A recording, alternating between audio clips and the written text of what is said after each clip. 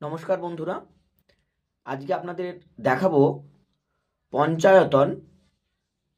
এই পঞ্চায়তন সেটের মধ্যে যে 5টি দেবতার শিলারূপে অবস্থান, সেগুলি সম্পর্কে আপনাদের আজকে পরিচয় করিয়ে দেব। আমরা অনেকেই শালগ্রাম শিলা সম্পর্কে জানি। এটি হচ্ছে শালগ্রাম শিলা ভগবান শ্রী বিষ্ণুর প্রতীকী। আমাদের হিন্দু সনাতন ধর্মে আমরা যুগ যুগ ধরে পুজো করে আসছি।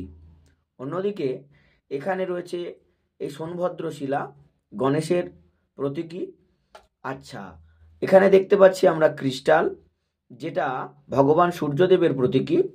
এখানে দেখতে পাচ্ছি স্বর্ণমুখী শিলা। এই শিলাটি আমরা দেখতে পাচ্ছি এটি অম্বিকার প্রতীক।